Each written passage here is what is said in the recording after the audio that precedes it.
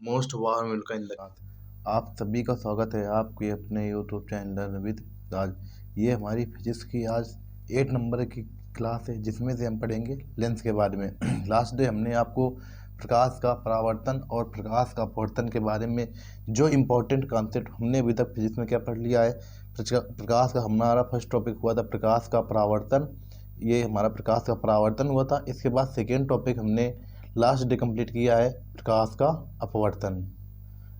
ये हमारे ये समझ लेना 2 टॉपिक कंप्लीट हो चुके हैं और हमारा इसी में प्रकाश, ये हमारी प्रकाश की जो प्रकाश लाइट हमारा चैप्टर चल रहा है। मेन चैप्टर का नाम है प्रकाश के अंतर्गत दिया जाता है प्रकाश का परावर्तन, प्रकाश का अपवर्तन और इसके बाद लेंस। आज हमारे इसी में 3rd नंबर का टॉपिक जो आता है लेंस। आज हम पढ़ेंगे लेंस के बारे में। इससे पहले अगर आपने लास्ट के वीडियो नहीं देखे हैं, ये हमारी यहाँ तक ये समझ लेना 7 क्लासेस कंप्लीट हो चुकी हैं। आप लोग हमने यहाँ पर 7 क्लासों में प्रकाश का परावर्तन और प्रकाश का अपवर्तन पढ़ा दिया है। आज की क्लास में हम लेंस के बारे में पढ़ेंगे। लेंस किसे कहते हैं, लेंस कितने प्रकार के होते हैं, लेंस का निर्माण कैसे होता है, ये सब इन सभी चीज़ों के बारे में आज हम ये लेंस वाले चैप्टर में पढ़ेंगे। इससे पहले अगर आपने लास्ट की वीडियो नहीं देखा है तो आपसे रिक्वेस्ट रहेगी कि आप लास्ट की वीडियो देखें, क्योंकि आपको ये समझ लेना इस बात की गारंटी हमारी है कि आपको हम यहाँ पर जितना पढ़ा रहे हैं अगर आपने यही तैयार कर लिया तो ये समझ लेना आपके 20 में से 18 नंबर की गारंटी हमारी है। केवल आपको हम जो बता रहे हैं आपको केवल वही चीज़ें तैयार करनी है। तो चलिए, आप लोग अगर नहीं देखा है आपने ये सेशन, ये समझ लेना लास्ट के, तो आप ये सेशन कंप्लीट कर लेना और इसके बाद यहाँ से हम लेंस से स्टार्ट करेंगे। आज हमारा नेक्स्ट टॉपिक इसमें स्टार्ट हो रहा है लेंस, ठीक। और इसके बाद हमारी ये मॉर्निंग में क्लास आती है फिजिक्स की और इसके बाद इवनिंग में क्लास आती है हमारी एक वोकैब की, जिसमें से हम आपको उसमें ईयर बाय ईयर लिख कर कि ये ईयर में ये वोकैब पूछी गई है। तो वो क्लास हमारी ये समझ लेना 5 से 10 मिनट की क्लास होती है इवनिंग जो आती है हमारी वोकैब की। करीब आपको ये समझ लेना 6 से 7 बजे के बीच में आपको ये क्लास मिल जाती है। 5 से 10 मिनट की क्लास होती है जिसमें से हम 15 से 20 वर्ड्स 15 to 20 वर्ड्स आपको लर्न करने का हमारा टारगेट रहता है। तो अगर जो लोग ये वीडियो मिस कर रहे हैं तो ये समझ लेना आपको 100% यहाँ से क्योंकि वोकैब सभी जगह वोकैब का काम होता है। तो आपको इसलिए ये वोकैब का सेशन आप चाहे जहाँ पर हो या आप चाहे जिस पोजीशन में हो, लेकिन आपको ये वोकैब का सेशन मिस नहीं करना है। आपको 100% यहाँ से कुछ ना कुछ लाभ अवश्य मिलेगा। तो अगर आप ये सेशन नहीं देख रहे हैं तो आपको ये सेशन 100% ज्वाइन करना चाहिए। और जो लोग फिजिक्स का अपना नहीं देख रहे तो उनको फिजिक्स में मॉर्निंग क्लास आती है। मॉर्निंग में सुबह 5 से 6 बजे के बीच में आपको फिजिक्स क्लास मिल जाती है। तो चलिए, आज की क्लास हम कंटिन्यू करना चाहेंगे लेंस। अब ये हमारा जैसा कि शीर्षक लिखा है लेंस क्या है, तो लेंस के बारे में हम जानते हैं। लेंस एक ऐसा समांगी पारदर्शी माध्यम है। तो हम लेंस, हमारा टॉपिक स्टार्ट हो रहा है यहीं से लेंस। तो लेंस एक ऐसा समांगी मतलब होता है एक जैसा, समांगी पारदर्शी माध्यम है। समांगी पारदर्शी होता है, पारदर्शी मतलब ये होता है जिसके आर पार दिखाई दे। पारदर्शी मतलब होता है ट्रांसपेरेंट, जिसके दोनों तरफ देखा जा सके। जो दो वक्र पृष्ठों अथवा एक समतल एक वक्र पृष्ठ से बना होता है। जो 2 पृष्ठ, या तो इसमें एक समतल होगा कोई पृष्ठ या तो फिर एक कोई वक्र पृष्ठ होगा। वक्र मतलब होता है ये इसे वक्र, ये इसे खींचे जाते हैं ना वक्र, ये वक्र। इसमें या तो एक समतल होगा या फिर एक वक्र होगा या फिर दोनों वक्र पृष्ठ से मिलकर बना होता है। तो ये होते हैं हमारे लेंस। तो लेंस एक आपको इसमें ऑप्शनल में आ जाएगा। लेंस कैसा पदार्थ होता है, लेंस एक समांगी पारदर्शी माध्यम है। तो लेंस ऑप्शन में आप उसमें पूछ सकता है कि लेंस कैसा माध्यम है। लेंस समांगी पारदर्शी माध्यम से बना होता है, ये आपको याद रखना है। लेंस एक समांगी पारदर्शी माध्यम होता है जो ये समझ लेना जो 2 वक्र पृष्ठों से या फिर एक समतल या एक वक्र पृष्ठ से या फिर दोनों वक्र पृष्ठ से बना होता है। तो ये होता है हमारा लेंस। अब लेंस हमारे 2 प्रकार के होते हैं। वैसे लेंस होने के 3 प्रकार के होते हैं।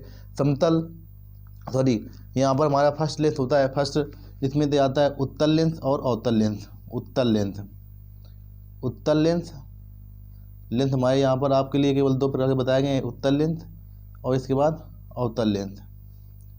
उत्तल लेंस सेकेंड नंबर होता है हमारा अवतल लेंस केवल आपके लेवल तक यहाँ पर 2 प्रकार के रखे गए हैं, एक होता है उत्तल लेंस, एक होता है अवतल लेंस। अब हमको इसको कहा जाता है कॉन्वेक्स लेंस, एक होता है कॉनकेव लेंस। तो यहाँ पर ये होता है कॉन्वेक्स लेंस। अब देखो इसका मतलब क्या होता है, किसे कहेंगे हम उत्तल लेंस, तो वह इस प्रकार का लेंस जिसके बीच में मोटे होते हैं तथा किनारों पर पतले होते हैं। तो ये हो गया हमारा, ये बीच में मोटे तथा किनारों पर पतले, ये हमारा हो गया उत्तल लेंस। तो उत्तल लेंस वह लेंस होता है, इस प्रकार का लेंस होता है, उत्तल लेंस इस प्रकार का लेंस होता है जिस जिस जो बीच में मोटा होता है और किनारों पर पतला होता है, जो बीच में मोटा होता है और किनारों पर पतला होता है।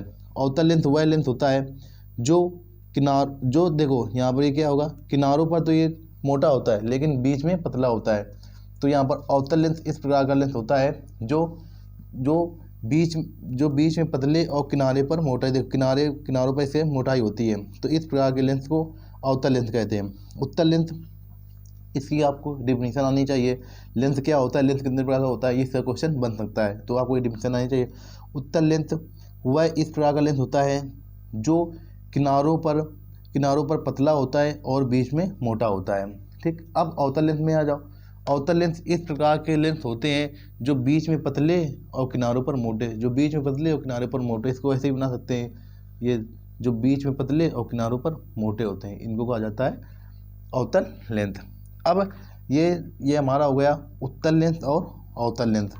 उत्तल लेंस और अवतल लेंस, हमने कहा लेंस, हमारा इस थर्ड टॉपिक जो स्टार्ट हुआ लेंस, हमने लेंस के बारे में बताया आपको। लेंस किसे कहते हैं, तो लेंस एक समांगी पारदर्शी माध्यम होता है जो या तो दोनों वक्र पृष्ठों से या फिर एक समतल या फिर एक वक्र पृष्ठ से या फिर दो वक्र पृष्ठों से मिलकर बना होता है। आपको इसकी डिफिनीशन याद होनी चाहिए लेंस की। तो लेंस एक समांगी पारदर्शी माध्यम होता है जो दो वक्र पृष्ठों से या तो दो वक्र पृष्ठों से मिलकर बना होगा या फिर एक समतल प्लस एक वक्र, या तो फिर एक समतल या फिर एक वक्र या फिर दोनों वक्र से मिलकर बना होगा, ये हमारा होता है लेंस। तो आपको ये चीज़ याद होनी चाहिए, लेंस एक समांगी पारदर्शी माध्यम होता है जो दो वक्र पृष्ठ या फिर एक समतल एक वक्र या फिर दो वक्र पृष्ठों से मिलकर बना होता है, इसको कहा जाता है लेंस। अब लेंस, हमने कहा लेंस दो प्रकार के होते हैं, एक होता है उत्तल लेंस, एक होता है अवतल लेंस। तो उत्तल लेंस इस प्रकार के लेंस होते हैं, उत्तल लेंस इस प्रकार के लेंस होते हैं जो किनारों के भाग में पतले होते हैं, जिसका किनारे का भाग पतला होता है एवं बीच का भाग मोटा होता है। ठीक, और अवतल लेंस वह लेंस होता है, इस प्रकार के लेंस होते हैं जिसके किनारे के भाग मोटे होते हैं, देखो ये इसकी मोटाई होती है और बीच में इसको पतला रखा जाता है, ये चीज़ है, तो इसको कहा जाता है अवतल लेंस। अब इसमें होता है एक प्रकाशिक केंद्र। तो हमारी इसमें नेक्स्ट टॉपिक अगर आए प्रकाशिक केंद्र, आपको प्रकाशिक केंद्र के बारे में पता होना चाहिए। प्रकाशिक केंद्र, ये जो हमारा प्रकाशिक केंद्र है ये आपके लिए ये समझ लेना, कई बार एग्जाम में इसकी डिफिनीशन जो है पूछी गई है, तो आपको ये प्रकाशिक केंद्र की डिफिनीशन लर्न होनी चाहिए। तो प्रकाशिक केंद्र क्या होता है, यदि किसी लेंस में देखो हम क्या बोल रहे हैं, प्रकाशिक केंद्र, इसको चित्र बनाकर समझाएं आपको। यदि किसी लेंस में, ये हमारा कौन सा लेंस है, ये हमारा उत्तल लेंस। ठीक, अब यहाँ पर बना लेते हैं अवतल लेंस। इसमें आपसे अगर प्रकाशिक केंद्र की परिभाषा पूछी जाए तो आप इसमें कोई सी भी परिभाषा लिख सकते हैं, अवतल लेंस। तो यदि किसी लेंस में कोई प्रकाश किरण इस प्रकार आपतित होती है कि वह लेंस में बिना विचलित हुए सीधे निकल जाती है, तो यह मुख्य अक्ष के जिस बिंदु पर काटती है उसे प्रकाशिक केंद्र कहते हैं। कोई प्रकाश किरण इस प्रकार लेंस पर आपतित होती है, ये मान लो ये हमारा लेंस है, तो कोई प्रकाश किरण लेंस पर इस प्रकार आपतित होगी जो अपने मार्ग से बिना विचलित हुए, अपने मार्ग से जो विचलित नहीं होती है और उसी मार्ग में वापस लौट जाती है। देखो ये क्या होगा, प्रकाशिक केंद्र, कोई प्रकाश किरण इस प्रकार से आती है, यदि किसी लेंस में कोई प्रकाश किरण इस प्रकार से आती है कि वह लेंस के जिस बिंदु से जाती है तो वह उसी माध्यम में वापस लौट जाती है, वह वहाँ से विचलित नहीं होती है। तो यहाँ पर ये प्रकाश किरण यहाँ से ये आ रही है तो ये इसी माध्यम में अपना सीधे चली जाएगी, इसको कहा जाता है प्रकाशिक केंद्र। इसको सी से प्रदर्शित करते हैं, इसको कहा जाता है प्रकाशिक केंद्र। प्रकाशिक केंद्र की डिफिनीशन आपके लिए इंपॉर्टेंट है, याद रखना। हमने इसमें क्या बताया, यदि किसी लेंस में कोई प्रकाश किरण इस प्रकार आपतित होती है कि वह लेंस में बिना विचलित हुए सीधे निकल जाती है, हमने कहा यदि कोई प्रकाश किरण लेंस में इस प्रकार आपतित होती है, तो ये हमारा एक उत्तल लेंस है, इसमें कोई प्रकाश किरण इस प्रकार आपतित हो रही है कि वह वहाँ पर बिना विचलित हुए, वह लेंस में बिना विचलित हुए, लेंस से बिना विचलित हुए निकल जाती है। तो प्रकाश की किरण मुख्य अक्ष में जिस बिंदु पर काटती है, मुख्य अक्ष के जिस बिंदु पर काटती है प्रकाश किरण मुख्य अक्ष के, ये हमारा मुख्य अक्ष होता है प्रिंसिपल अक्ष पी, इसको पी से प्रदर्शित करते हैं, इसको कहा जाता है प्रिंसिपल अक्ष पी। तो मुख्य अक्ष के जिस बिंदु से होकर जाती है तो उसको कहा जाता है प्रकाशिक केंद्र सी, इससे सी से प्रदर्शित करते हैं। अब आ जाओ इसमें अवतल लेंस में। तो यदि किसी लेंस में कोई प्रकाश किरण इस प्रकार आपतित होती है कि अपवर्तन के पश्चात निर्गत किरण पुनः आपतित किरण की दिशा में चलती है या उस बिंदु पर चलती हुई प्रतीत होती है, तो इसको कहा जाता है, उसे तो कहते हैं प्रकाशिक केंद्र। देखो यहाँ पर ये प्रकाश किरण ऐसे आएगी और इसके बाद यहीं से ये सीधे यहाँ से इससे निकल जाएगी। तो यहाँ पर ये जो हमारा बना इसको प्रकाशिक केंद्र सी कहते हैं, सी प्रकाशिक केंद्र। इसमें कोई आपतित हुई कोई जाती हुई कोई वो अब जो प्रकाश किरण होगी प्रतीत नहीं होगी, वो सीधी उसी मार्ग में वापस लौट जाती है, सीधी अपने मार्ग में सीधी चली जाती है। तो जिस बिंदु पर काटती है उसको कहा जाता है प्रकाशिक केंद्र सी। तो आपको परिभाषा ये वाली आपके लिए ज़्यादा बेटर रहेगी, अवतल लेंस वाली है इसमें थोड़ा वर्ड्स का इधर उधर प्रयोग किया गया है, तो आप ये मत याद लर्न करना, आपको याद करनी है ये वाली परिभाषा। तो हमने इसमें क्या कहा कि यदि किसी लेंस में कोई प्रकाश की किरण इस प्रकार आपतित होती है कि वह लेंस में बिना विचलित हुए सीधी निकल जाती है। ये एक कोई पोजीशन होती है, स्थिति होती है, ये बीचों बीच यहाँ पर इसके ये सेंटर के बीचों बीच होता है ये।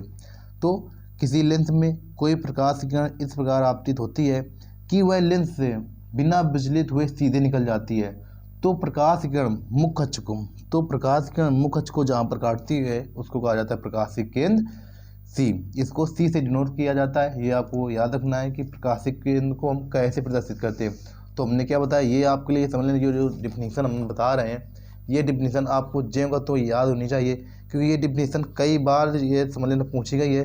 तो आपको इसके बारे में बहुत ही कायदे से मालूम होना चाहिए कि प्रकाशिक केंद्र क्या होता है। एक बार हमारे साथ रिवीजन करो, इसके बाद हम आगे बढ़ते हैं। तो यदि कोई प्रकाश की किरण, देखो यहाँ पर हमने लेंस कौन सा बनाया है, उत्तल लेंस।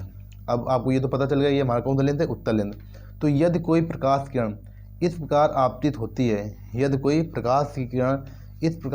होती है, कि वह लेंस से जब लेंस में जिस बिंदु से होकर जाती है तो वह बिना विचलित हुई अपने ही मार्ग में सीधी चलती हुई जाती है, यानी कि वह अपने मार्ग से इधर उधर विचलित नहीं होती है, वह अपने उसी मार्ग में बिल्कुल ये समझ लेना सीधी होकर जाती है। तो इसको कहा जाता है प्रकाशिक केंद्र सी। यहाँ पर ये याद रखना है, ये अपने मार्ग से विचलित नहीं होती है। आपको ये याद रखना है कि ये अपने मार्ग से विचलित नहीं होता है, ठीक। अब इसके बाद इसमें जो हमारा नेक्स्ट टॉपिक इसी में आ रहा है, तो इसमें फोकस के बारे में होता है। तो फोकस और फोकस दूरी आपको इसमें ये होता है, देखो हमारा यहाँ पर इसका जो हमारा लेंथ होता है, आप यहीं पर इसको समझ लो, फोकस और फोकस दूरी को। तो देखो ये हमारा लेंथ कौन सा है, ये लेंथ हमारा उत्तल लेंथ है। तो यहाँ पर ये हमारा हो गया प्रिंसिपल अक्ष, इसको कहा जाता है प्रिंसिपल अक्ष पी, ठीक। अब यहाँ पर क्या होता है, यहाँ पर सी प्रकाशिक केंद्र, यहाँ पर वक्रता केंद्र नहीं, यहाँ पर होता है प्रकाशिक केंद्र सी, ये हमारा प्रकाशिक केंद्र सी। तो यहाँ पर क्या होगा, मुख्य अक्ष के समांतर आएंगे प्रकाश किरण, मुख्य अक्ष के समांतर आ रहे हैं प्रकाश किरण, ये देखो मुख्य अक्ष के समांतर आ रहे हैं प्रकाश किरण। तो लेंस से जैसे ही लेंस में जाती हैं तो लेंस से अपवर्तित होकर मुख्य अक्ष के जिस बिंदु पर काटती हैं, यहाँ पर मुख्य अक्ष पर एक कोई बिंदु होगा, जब ये एक बिंदु पर फोकसित हो जाएंगी तो इसको कहा जाता है फोकस, मुख्य फोकस। ये एक ही बिंदु पर फोकसित हो जाती हैं तो इसको कहा जाता है मुख्य फोकस या फोकस एफ। यहाँ पर दो फोकस होते हैं, एक एफ होता है, एक एफ डैश होता है, इधर होता है एफ डैश, इधर होता है एफ। तो आपको ये आपके लिए लेकिन ज़्यादा इसमें डीप जाने की जरूरत नहीं है, ठीक है। तो हमने आपको बता दिया कि मुख्य फोकस किसे कहते हैं। तो जब मुख्य अक्ष के समांतर आएंगी प्रकाश किरण तो लेंस से परावर्तन के पश्चात मुख्य अक्ष को जिस बिंदु पर काटती हैं, हमने क्या कहा, मुख्य अक्ष के समांतर। हम अब आपको डिफिनीशन बता रहे हैं मुख्य फोकस की, ये आपको याद रखना कि हमारा क्या आपको बता रहे हैं, मुख्य फोकस, ठीक। मुख्य फोकस ये आपको परिभाषा में बता रहे हैं, तो आपको याद रखना है कि मुख्य अक्ष के समांतर, ये हमारा प्रिंसिपल अक्ष होता है, तो मुख्य अक्ष के समांतर चलने वाली प्रकाश किरण मुख्य अक्ष के समांतर चलने वाली प्रकाश की किरण लेंस से परावर्तन के पश्चात मुख्य अक्ष को लेंस से परावर्तन के पश्चात मुख्य अक्ष को जिस बिंदु पर काटती है या तो उसको कहा जाता है मुख्य फोकस। आपको ये याद रखना है, ठीक। अब इसके बाद यहाँ पर इसका जस्ट उल्टा कर देंगे तो यहाँ पर ये यप यानी किसी का आ जाएगा यफ है, इधर आ जाएगा यफ डैश, ठीक। तो आपको याद रखना ये हम बता रहे हैं उत्तल लेंस का, ठीक है। उत्तल लेंस अगर आपको आ जाए तो ये उत्तल लेंस वाला लिखना है क्योंकि ये ज़्यादा सरल होता है। अवतल लेंस वाले में उसमें भी आभासी, देखो यहाँ पर ये हमारा है अवतल लेंस, तो अगर आप बना सकते हैं अवतल लेंस भी तो अवतल लेंस भी बनाने में कोई दिक्कत नहीं है। यहाँ पर ये हमारा लेंस कौन सा है, ये हमारा लेंस है अवतल लेंस, ठीक है। हम यहाँ पर लिख ले हैं ये हमारा लेंस है अवतल लेंस, ठीक, अवतल लेंस। अब यहाँ पर इसका ये होता है प्रिंसिपल अक्ष पी, ठीक, इसको कहा जाता है प्रिंसिपल अक्ष पी। यहाँ पर होता है इसका वक्रता, ये प्रकाशीय केंद्र, यहाँ पर वक्रता केंद्र नहीं होता, ये याद रखना। यहाँ पर प्रकाशीय केंद्र होता है सी। तो यहाँ पर जब मुख्य अक्ष के समांतर आएंगी प्रकाश किरण तो जैसे ही लेंस से परावर्तित होंगी तो ये लेंस से परावर्तन के पश्चात ये समझ लेना दूर जाती हुई प्रतीत होती हैं। ये लेंस से परावर्तन के पश्चात दूर जाती हुई, ये फैलती हुई ये जाती हैं, ये फैलती हुई जाती हैं, ये समझ लेना मुख्य अक्ष के समांतर आती। तो इनको जब हम पीछे मिलाते हैं तो ये काटती हुई प्रतीत होती है जिस बिंदु पर, उसको कहा जाता है मुख्य फोकस एफ डैश, ठीक। तो आपको इसमें नहीं जाना है, लेकिन आपके लिए ये जो उत्तल लेंस हमने, क्योंकि हमारे लिए उपयोगी यही है, इससे ज़्यादा न्यूमेरिकल्स नहीं बनते हैं, लेकिन हमारे लिए उपयोगी जो है ये है हमारा उत्तल लेंस। तो उत्तल लेंस के बारे में हम आपको भी डिटेल के साथ बताते हुए चल रहे हैं क्योंकि इसकी जो स्थितियाँ भी बनती हैं उत्तल लेंस की ही बनती हैं, तो ये याद रखना है। तो हमारे लिए इम्पोर्टेंस है उत्तल लेंस, तो हम उत्तल लेंस को ज़्यादा बता रहे हैं। अवतल लेंस में हम ज़्यादा ध्यान इसलिए नहीं दे रहे हैं क्योंकि इससे ना तो न्यूमेरिकल्स बनते हैं और हम बता भी दे रहे हैं। देखो यहाँ पर ये जहाँ पर आभासी रूप में ये बनता है तो उसको मुख्य फोकस कहा जाता है। इसका कोई इशू नहीं, ये याद रखना, लेकिन आपके लिए जो इंपॉर्टेंट है हम वही बता रहे हैं जो आपको आगे काम दे। अभी वो हम वैसे डिटेल में तो पढ़ा नहीं रहेगा, जब हम डिटेल में पढ़ाएंगे आपको तो वहाँ पर ये सभी चीज़ें बहुत ही डिस्क्राइब करके ये समझ लेना। ये लेंस हमारा करीब ये समझ लेना 2 से 4 8-10 दिन में ख़त्म होगा लेंस चैप्टर। इसमें एक चीज़ बहुत ही बारीकी से बताई जाती है, लेकिन अगर वो चीज़ यहाँ बताने लगेंगे तो उसमें टाइम का ज़्यादा वेस्ट हो जाएगा, ठीक है। तो इस वजह से यहाँ पर हम टाइम को बचाने के लिए अपना जो हमारे लिए महत्वपूर्ण है हम केवल उन्हीं के ऊपर फोकस कर रहे हैं, ये आपको याद रखना है। हम यहाँ डिटेल में कोई चीज़ नहीं लेकर जा रहे हैं, डिटेल में जाए तो फिर उसमें ये समझ लेना उसमें टाइम की बर्बादी के अलावा उसमें कुछ नहीं है। तो इस वजह से हम कोई भी चीज़ उसमें डिटेल में नहीं लेकर जा रहे हैं आप लोगों को। केवल जो आपको जानना ज़रूरी है ये समझ लेना, हम केवल उन्हीं चीज़ों के बारे में आपको हम बता रहे हैं, जिससे आपका ये समझ लेना कि जो चीज़ आपके लिए महत्वपूर्ण है हम केवल उसी के बारे में बता रहे हैं। कोई भी चीज़ हम इतनी ज़्यादा डिटेल में नहीं लेकर जा रहे हैं जिससे आपको वहाँ पर कोई समस्या का सामना करना पड़े, ठीक है। अब इसके बाद हमारा यहाँ पर हुआ, देखो हमने आपको सर्वप्रथम बताया लेंस के बारे में, लेंस उत्तल लेंस और अवतल लेंस। अब देखो अब हम यहाँ पर कंपैरिजन, अब हम दोनों के बीच में करेंगे तुलना। यानी कि हमने लास्ट डे पढ़ा था, फर्स्ट डे क्लास में हमने आपको बताया था प्रकाश का परावर्तन। अब प्रकाश के परावर्तन में क्या होता है, जो उत्तल लेंस का कार्य होता है, जो उत्तल लेंस कार्य करता है वही कार्य यहाँ पर करता है अवतल दर्पण। आपको बस ये याद रखना है, ये चीज़ बिल्कुल आपको ये समझ लेना, यहाँ पर बिल्कुल पेस्ट करना पड़ेगा। यानी कि दोनों के कॉन्सेप्ट एक जैसे होते हैं, लेंस दोनों एक जैसे काम करते हैं। यहाँ पर जो अवतल लेंस काम करता है ये कार्य करता है यहाँ पर उत्तल दर्पण, उत्तल दर्पण। तो हमने लास्ट डे आपको यहाँ पर अवतल दर्पण के बारे में, उसके बारे में बहुत ही डिटेल से बताया था लास्ट जब हमने प्रकाश का परावर्तन पढ़ा था। तो उसी क्लास में हमने अवतल दर्पण के बारे में, उसकी स्थितियाँ कहाँ का प्रतिबिंब बनता है, कैसे हम उसको ड्रा करते हैं, ये सब चीज़ें हम लास्ट की क्लास में आपके साथ डिस्कस कर चुके हैं अवतल दर्पण में।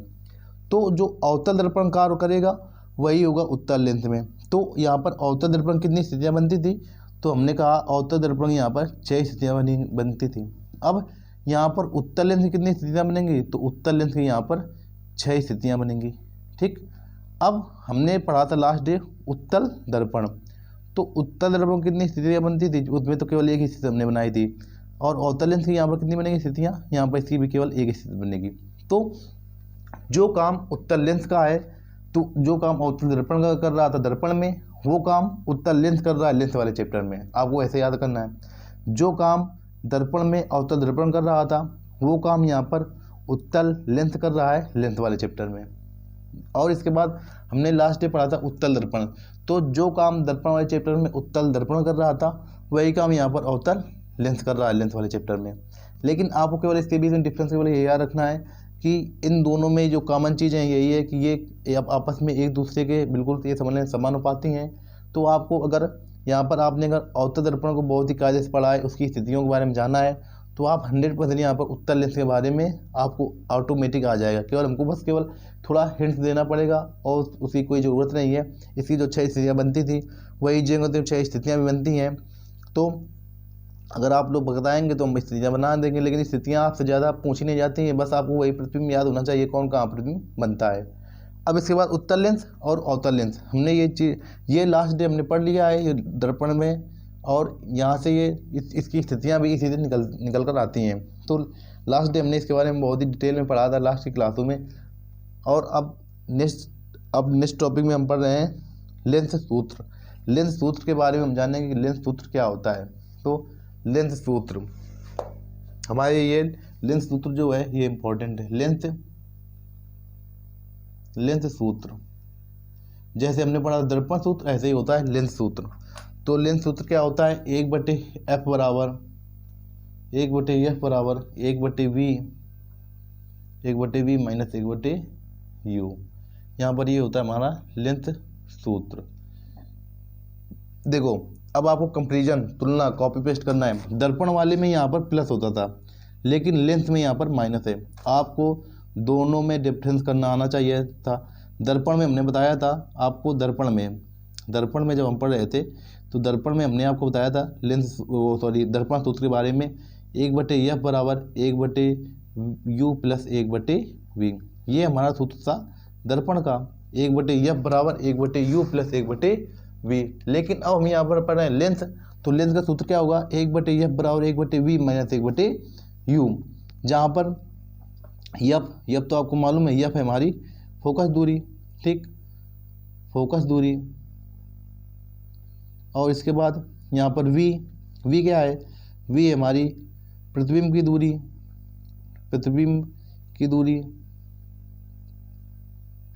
दूरी, ठीक। और इसके बाद यू क्या है, यू है वस्तु की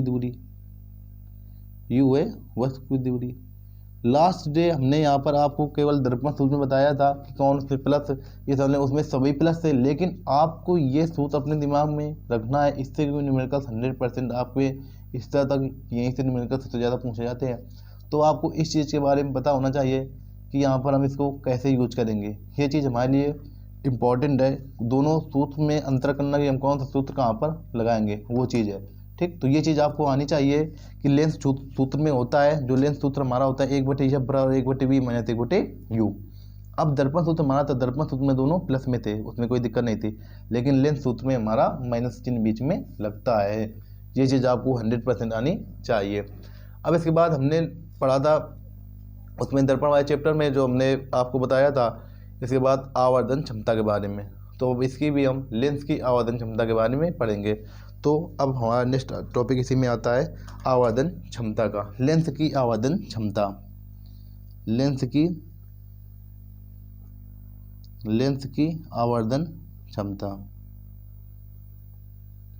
आवर्धन क्षमता, मैग्निफिकेशन पावर ऑफ लेंस।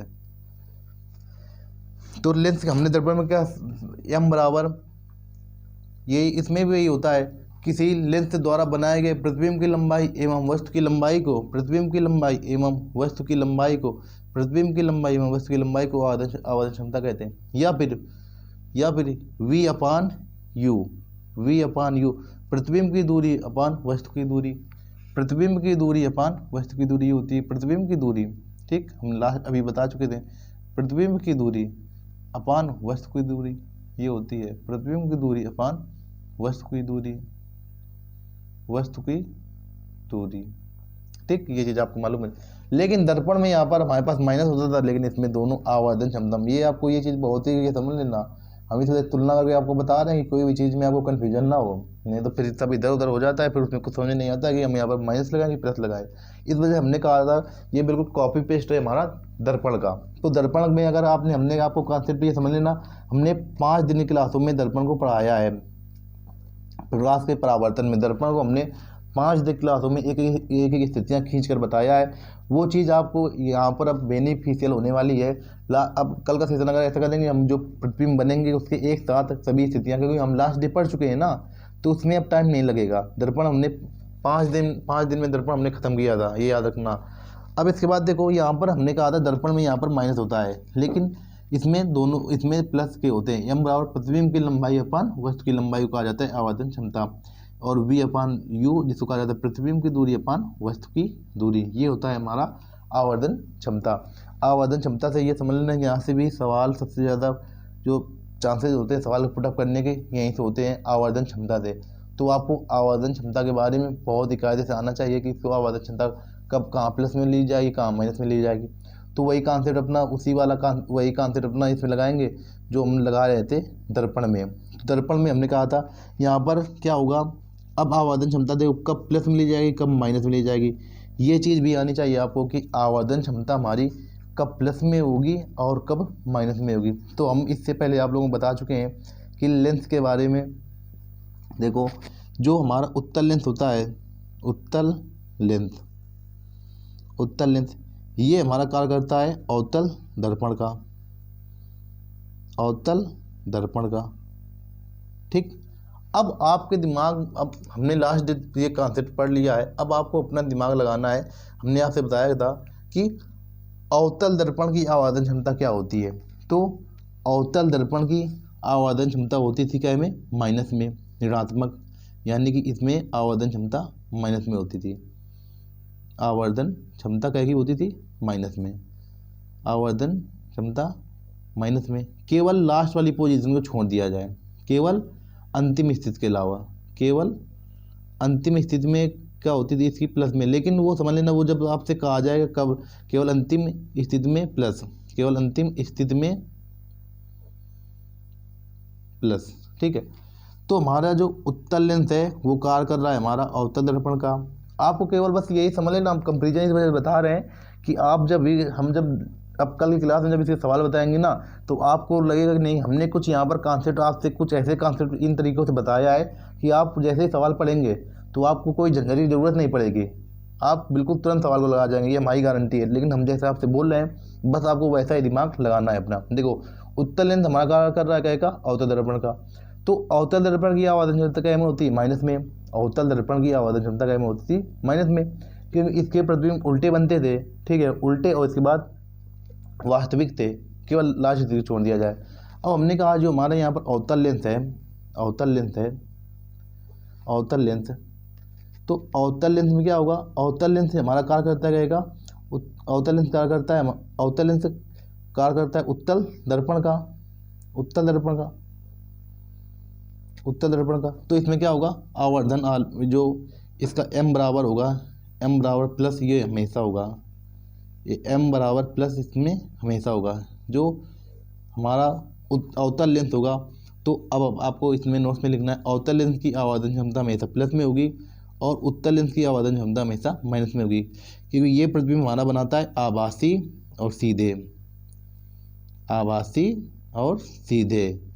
तो इस वजह से इसकी आवर्धन क्षमता हमेशा प्लस में होगी।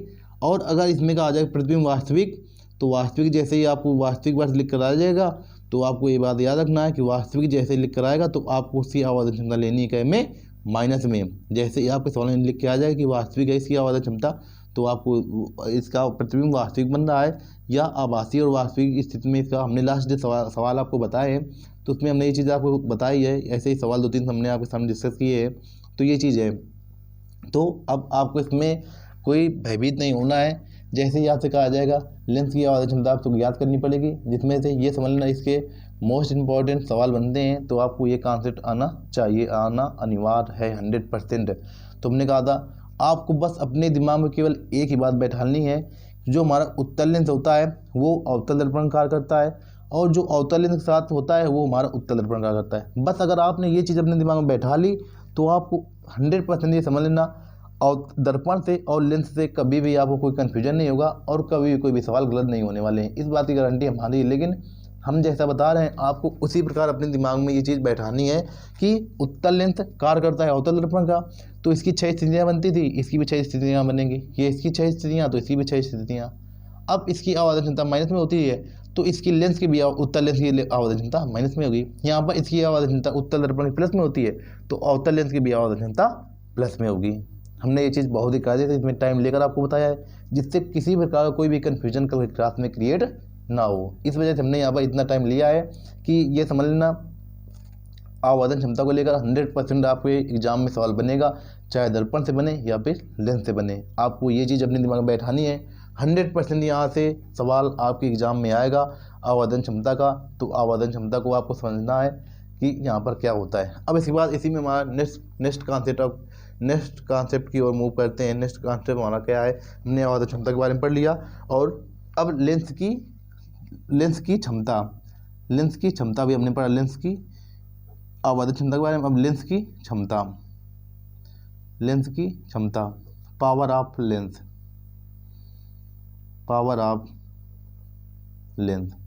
ये क्या होता है पावर ऑफ लेंस। देखो लेंस की क्षमता लेंस की फोकल दूरी के अनुपाती होती है। लेंस की क्षमता जो P होता है P बराबर 1/f, ये क्या में होता है यहाँ पर मीटर में, ठीक, मीटर में, या फिर P बराबर 100/f, ये f का में होगा सेंटीमीटर में। ये चीज़ आपको याद रखना है। तो लेंस की क्षमता कितनी होती है, लेंस की क्षमता बराबर P बराबर 1/f। इसका मात्रक आपको ये समझ लेना, मात्रक इसका डायोप्टर होता है। इसका मात्रक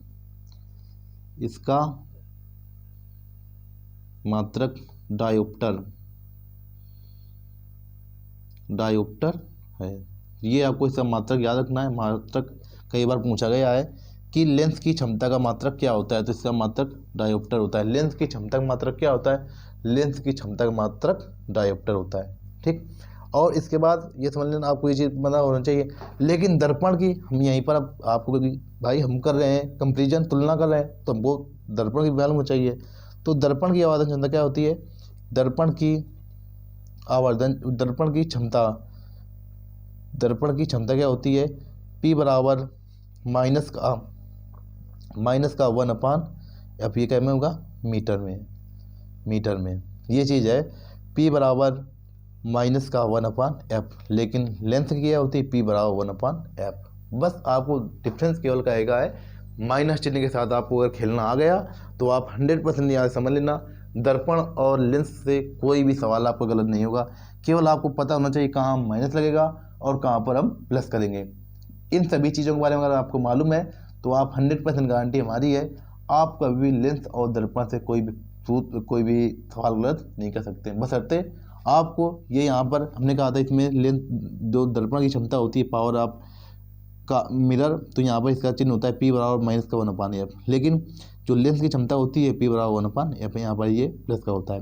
तो आई होप आज हमारे यहीं पर चैप्टर ये होता है जो बाइंड अप होता है। हमने यहाँ पर इसके कल हम इसके न्यूमेरिकल के बारे में जानेंगे, न्यूमेरिकल कौन कौन से इंपॉर्टेंट हो सकते हैं इसके लिए, कल हम ये सभी के बारे में जानेंगे। आई होप कि आपको ये क्लास आज की पसंद आई होगी और आप ज़्यादा से ज़्यादा इसको शेयर भी करेंगे और इसके बाद यहाँ से आप 100% कुछ ना कुछ सीख कर जाने वाले हैं, इस बात की गारंटी हमारी है। तो यहाँ से आज की क्लास में इतना ही, मिलते हैं नेक्स्ट वीडियो में।